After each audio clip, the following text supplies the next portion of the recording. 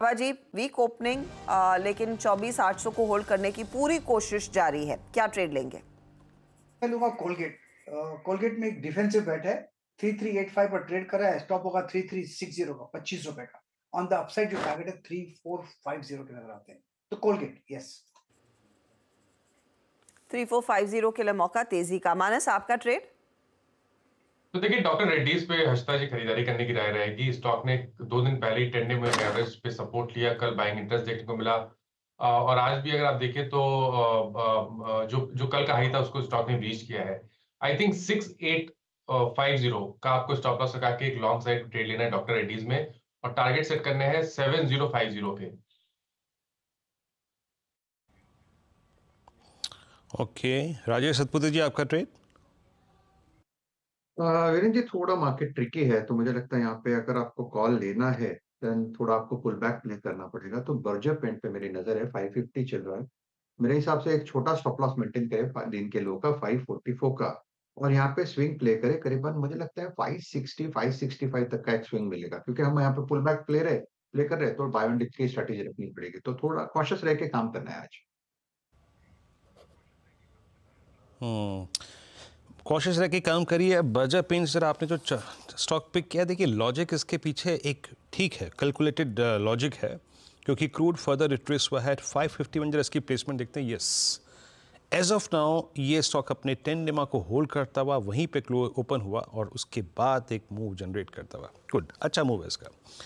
चंदन थापड़िया इस वक्त इस पैनल में जुड़ चुके हैं। चंदन, गुड मॉर्निंग। चंदन, आप आई थिंक थोड़ा सा एक्सप्लेन कीजिएगा डेरिवेटिव्स में इंडेक्स की प्लेसमेंट, इस ओपनिंग को आप कैसे देख रहे हैं, आप क्या अवॉइड कर रहे हैं, क्या बाय कर रहे हैं इस वक्त, आपका ट्रेड क्या है इस वक्त? नमस्कार वीरू। देखिए, निफ्टी ने ऊपरी लेवल से मुनाफा वसूली दिखी है और उसका मेन रीज़न ग्लोबल संकेत है, क्योंकि पूरे के पूरे ग्लोबल मार्केट नेगेटिव थे। 2-3 चीज़ों के हम ध्यान रखें तो एक तो इंडेक्स ने कल 25,000 के एक अहम लेवल को छुआ, और उसके बाद में पिछले 4 दिन से 5 दिन से हम हायर लोज बना रहे हैं, उसका आज निगेशन देखने को मिला। बट अच्छी बात यह है कि इंडेक्स की 200 पॉइंट की गिरावट के बावजूद भी आपका वोलेटिलिटी इंडेक्स ज़्यादा स्पाइक नहीं दिया। इंडिया विक्स अभी भी 13.25 के आसपास है, जो इंडिकेट कर रहे हैं कि बाजार में कोई पैनिक तो नहीं है। बिल्कुल ग्लोबल वीकनेस को हम इग्नोर नहीं कर सकते, बट इंडियन डोमेस्टिक मार्केट है वो अपने स्ट्रेंथ को नहीं भूलेगा। तो इसके लिए अभी भी डेटा सेटअप यही बोल रहे हैं कि buy on decline strength continue रहेगा। हालांकि most of the mechanical indicator थोड़ा सा पोज बता रहे हैं, बट सेलेक्टिव सेक्टर और स्टॉक्स यहाँ पे परफॉर्म करते हुए नजर आएंगे। तो मेरा ऐसा मानना है कि जो वापस इंडेक्स का बेस है वो कहीं ना कहीं 24,500 की तरफ शिफ्ट होता हुआ नजर आएगा, और इमीडिएट बेसिस पे 24,700 24,750 का डिप आता है तो खरीदारी की सलाह रखेंगे। तो मेरा ऐसा मानना है कि 24,500 से लेके 25,100 अब नया दायरा इंडेक्स के लिए हो जाएगा, बट अभी बायस फिर भी चेंज नहीं हुआ है। अब हम बैंक निफ्टी की बात करें वीरू, तो बैंक निफ्टी की कल आप देखिए 2 दिन पहले जो एक्सपायरी थी उसमें रोल ओवर 75-76% के हुए हैं, तो वहां पे थोड़े से शॉर्ट्स है वो थोड़े परेशान कर रहे हैं, बट उसके बावजूद भी अपनी 50 डेमा को तोड़ नहीं रहा है। तो मेरा ऐसा मानना है कि 51,000 बैंक निफ्टी में सपोर्ट का काम करेगा। तो 24,750 और 51,000 ये इंट्राडे के लिए 2 लेवल हो गए निफ्टी और बैंक निफ्टी के लिए, और जब तक 24,500 नहीं तोड़ता है तब तक इंडेक्स का मेजर सेटअप है वो चेंज नहीं होगा। अब हम सेक्टर और स्टॉक्स की बात करें तो मेरा ऐसा मानना है वीरू, जैसा आप बता रहे हो कि कहीं ना कहीं बाजार है सेफ्टी की तरफ जाएगा, तो इसके लिए कंजम्पशन रिलेटेड सारे स्टॉक्स यहाँ पे चलते हुए नजर आएंगे, और तो इसके लिए एफएमसीजी पे फोकस रखेंगे, आईटी पे फोकस होगा, निफ्टी फार्मा यहाँ पे परफॉर्म करेगा। और इन सब तथ्यों के बाद यदि मैं डिस्कस करूं तो कोलगेट पे खरीदारी की सलाह रहेगी। मेजर ट्रेंड पॉजिटिव है, पिछले 6 वीक से higher top higher bottom formation बन रहे हैं, और 3 दिन के कंसोलिडेशन के बाद नया मोमेंटम यहाँ पे बनना चाहिए। तो 3,340 के सपोर्ट से खरीदारी की सलाह रहेगी, ऊपर में 3,520 तक के टारगेट के लिए।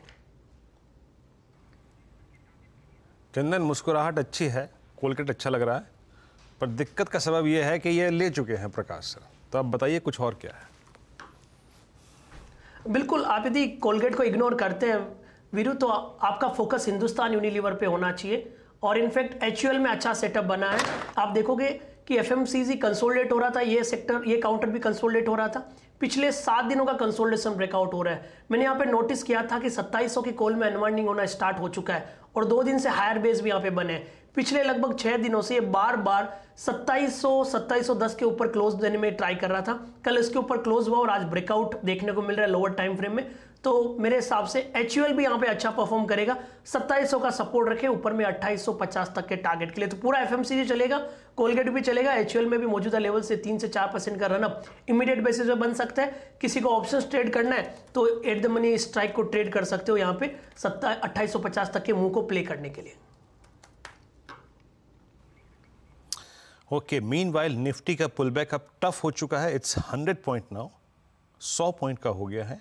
याद रखिएगा कल का जो इंट्राडे लो था वो करीब करीब आता है 24,946 के आसपास। देखिए बाजार में पुलबैक आ रहा है, FMCG इज डूइंग वेल, लेकिन एक चीज़ है, एक पेच है। निफ्टी बैंक को कौन रिकवरी दे रहा है? And that's HDFC bank. HDFC bank 1650 को स्ट्राइक करता हुआ, दैट मीन्स ये अब 23 जुलाई की यानी बजट डे की कैंडल के हाई को स्ट्राइक करता हुआ। सुबह बात क्या हुई थी? 10 नेमा ऑन निफ्टी एंड 50 नेमा ऑन निफ्टी बैंक। लेवल था 51,033, 51,080 का लो है निफ्टी बैंक का आज। For compulsive trade it was at buy zone, वहां से करीब करीब 250 पॉइंट का पुलबैक है। अब आप देखिए 1650 HDFC बैंक स्ट्राइक करता हुआ। प्रशांत, एक तो मैं आपके ABFRL के ट्रेड को देख रहा था, और वो ABFRL जो आपने पिक किया था, और एक बार ABFRL रखेंगे स्क्रीन पे, करीब करीब 336 पे लोअर लेवल से काफ़ी स्ट्रॉन्ग रिकवरी है इसमें। ये बताइए अब HDFC बैंक को आप कैसे रीड कर रहे हैं और आपकी इस वक्त की कॉल क्या है? जी वीरू जी, सबसे पहले HDFC बैंक पे मैं एक डिस्क्लेमर दूंगा कि यहाँ पे मैंने कल एक पोजीशन लॉन्ग साइड रेकमेंड की हुई है मेरे क्लाइंट्स को। तो डेफिनेटली मेरा नजरिया यहाँ पे बुलिश है, और पोजिशनली मुझे लग रहा है कि एक जो डेली चार्ट पे गैप है करीबन 1730, यहाँ तक ये पोजिशनली जा सकता है। आपको पोजिशनल जो स्टॉप लॉस है वो 1610 1615 स्पॉट इस जोन में बनाए रखना है, और इस लॉन्ग पोजीशन को कैरी कीजिए। मुझे लग रहा है ये बैंक निफ्टी में रिकवरी लाने में सबसे ज्यादा लीडरशिप ले सकता है। जहां तक अभी की बात है तो मेरे रडार पे औरो फार्मा होगा, तो यहाँ पे जो मेरा स्टॉप लॉस होगा वो होगा करीबन 1410 1410। ये स्टॉक एक बहुत अच्छी स्ट्रेंथ दिखा रहा है और एक फ्रेश ब्रेकआउट के ऊपर सस्टेन भी कर रहा है वीक मार्केट में भी। तो यहाँ पे मैं कम से कम 1475 1475 तक के लेवल्स एक्सपेक्ट कर रहा हूँ। ओके, शिल्पा जी के पास चले, उससे पहले एस्ट्रल रखिएगा स्क्रीन पे। शिल्पा जी, एस्ट्रल आपका अब रिकवरी मोड में है and it's regaining 100 day exponential moving average. एक बार के लिए कवर कर लें क्या आप? जी बिल्कुल, यहाँ पे आप कवर कर सकते हैं। अगर किसी ने कल से यहाँ पे सेल दी किया हुआ एक्टिवेट, तो आप यहाँ पे एक बार प्रॉफिट बुक भी कर सकते हैं। लेकिन फिर भी मैं बोलूंगी कि अगर आपको ऑन हायर लेवल पे मिले भी तो आप इसको सेल कर सकते हैं, बिकॉज 2220 इसका एक अच्छा खासा रेजिस्टेंस है। But since somebody is carrying since yesterday, आप डेफिनेटली इसमें एक बार प्रॉफिट बुक कर सकते हैं। ओके मैम, अभी का ट्रेड आपका?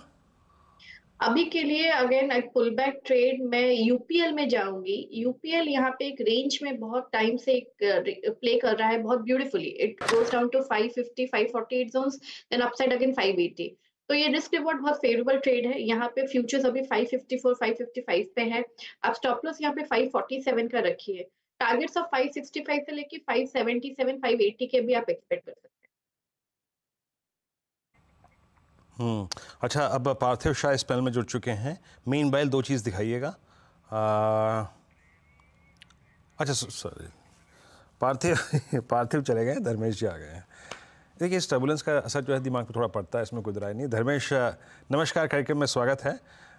धर्मेश, कैसे रीड कर रहे हैं आप इस वक्त, और ये जो ग्लोबल मार्केट से हमें एक इम्पोर्टेड डिप मिला है, इसको कैसे अप्रोच करना चाहिए? या गुड मॉर्निंग वीरेन। सी वीरू, अगर आप ग्लोबल मार्केट में करेक्शन वाज लॉन्ग पेंडिंग, ये तो मुझे एक रनिंग करेक्शन ही लग रहा ग्लोबल मार्केट का। ये अनएम्प्लॉयमेंट डेटा, ये सब वीकली डेटा है और काफ़ी फ्लक्चुएटिंग रहते हैं, तो वहाँ तो कुछ खास दिखता नहीं है। हाँ, मिडिल ईस्ट टेंशन जो एस्केलेट होता जा रहा है, that can pose a serious problem. Problem simple सा है कि एक बार इन्फ्लेशन वापस से बढ़ जाएगा तो उसके लिए कठिनाइयाँ बढ़ेगी, बट वो देखना है वो प्ले आउट होता है कि नहीं होता है। इंडियन मार्केट की अगर बात करें तो कल के एक दिन पहले तक मैंने 320 कंपनी की एग्रीगेट अर्निंग्स को जो हम लोग देखते हैं वहाँ पर देख रहे थे, तो उसमें सिर्फ 3 से 3.5% का year on year pad growth है। एंड क्यू ऑन क्यू तो देखना चाहिए नहीं, बिकॉज 4.5% का वहाँ पर डी ग्रोथ है। Q4 हमेशा बेटर होता है।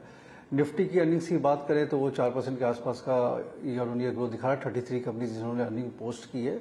और बाहर चले जाए आप, एक्स निफ्टी एक्स BFSI के बाद देखें तो 222-23 कंपनी जो हम लोगों ने ट्रैक की है, वहाँ पर 15% का अर्निंग्स डिग्रोथ दिख रहा है। तो बेसिकली नंबर्स खराब आ रहे हैं, और अगर आप पूरे साल का क्वार्टरली डाइसेक्शन करेंगे तो Q4 एंड Q1 का ही नंबर काफी वेटेज कैरी करता है ईयरली नंबर्स में। सो हैविंग लॉस्ट Q1, मुझे लगता है कि Q2 भी खराब रहेगा, बिकॉज बेस इफेक्ट इन्फ्लेशन का वहां पर प्ले आउट होगा। Q3 can be better, and Q4 last year इतना अच्छा था कि वहां पर फिर बेस इफेक्ट आ जाता है। तो लोगों का आम मानना है कि 10 से 12% के आसपास की अर्निंग्स ग्रोथ आनी चाहिए इस साल में। वो मांग के मार्केट चल रहा था, इसलिए मार्केट तेजी में था कि ये बेस ईयर रहेगा कंसोलिडेशन का। उसके बाद नेक्स्ट ईयर से FY26 में वापस हम लोग 20% प्लस की ग्रोथ ट्रेजेक्टरी में आ जाएंगे। मेरा ये मानना है कि हम लोग 10% भी इस बार मिस करेंगे, 9 से 7% के रेंज में इस बार अर्निंग्स ग्रोथ रहेगा। तो उस लिहाज से सिंस ये सब टेंटेटिव अप्रोच है, एक मार्केट में करेक्शन नेसेसरी था, तो this correction is a buying opportunity. Because हम लोग ये भूलना नहीं चाहिए कि सारे सेंट्रल बैंक के पास एक बहुत बड़ा वेपन है, डेट इज मॉनेटरी पॉलिसी। जब चाहेंगे इकोनॉमी में जहां भी प्रॉब्लम दिखेगी वो इंटरेस्ट रेट कट करके इसको स्टिमुलेट कर सकते हैं, इसलिए हर करेक्शन में खरीदारी आ रही है। सो खरीदने का ही मन बनाए, थोड़ा गिरावट मिलता है, आज एक दिन चाहे तो मंडे तक देख ले, ऊपर भी चलते में खरीदने में कोई प्रॉब्लम है नहीं, क्योंकि एक बार बेस बन गया तो फिर लंबी अपसाइड मिलती है। 6-8 महीने में हम लोग ने यही देखा है। और सेक्टर सेम है वीरू जी, सेक्टर्स में आपको बैंकिंग स्पेस में ध्यान लगाना है, रेलवे पे ध्यान लगाना है, डिफेंस के इंफ्रा रिलेटेड स्टॉक्स में ध्यान लगाना है।